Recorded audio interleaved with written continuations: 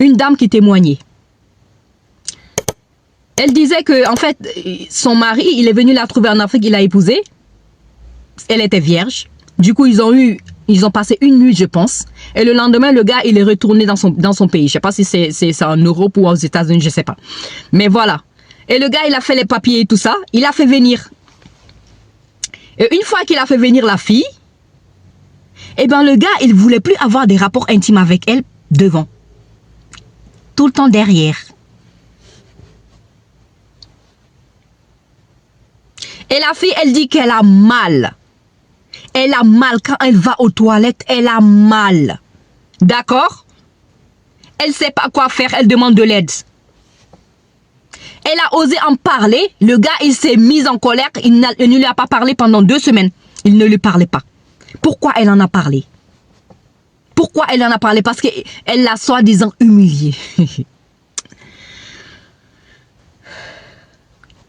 En fait, la fille, elle est dans un pays où elle ne connaît personne. Et en fait, elle s'est fait séquestrer par un pervers. D'accord? Du coup, elle est dans une situation pas possible. Elle ne sait pas comment faire.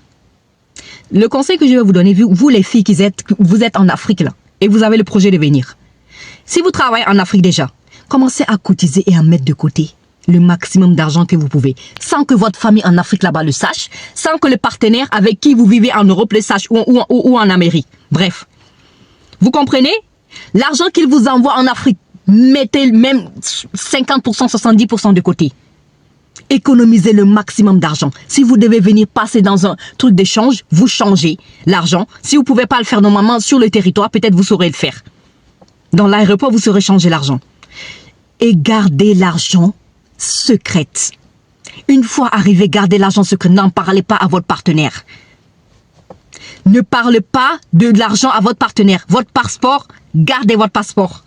Sinon, il va prendre votre passeport et vous serez bloqué. On ne sait jamais. On ne sait jamais ce qui peut se passer.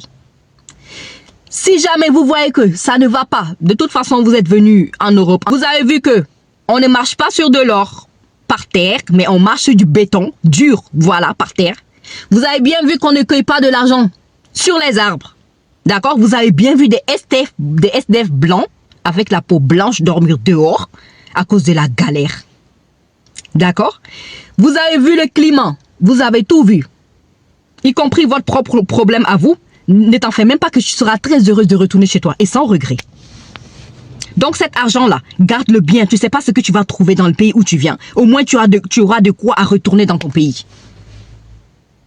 Compris? Et pour celles pour qui c'est trop tard, eh ben, essayez de voir, priez Dieu qu'il vous sorte de cette situation-là. Commencez à prier pour que Dieu vous sorte de cette situation et allez voir sur Internet. Regardez sur Internet, il y a des comment dirais-je? Il y a des sites, enfin, je sais pas si c'est des sites, déjà il y a un numéro 3919, c'est des numéros pour des violences sexuelles. Pour ceux qui sont en Europe. 3919, vous pouvez appeler là, on va vous aider. D'accord? Ne restez pas comme ça sans rien faire, vous dire voilà, je suis dans un pays où j'ai personne, je ne sais pas quoi faire. Non, il y a de l'aide partout. Peu importe le pays dans lequel vous vous trouvez, ouvrez votre bouche et il y a de l'aide partout. Les gens, ils vont vous aider.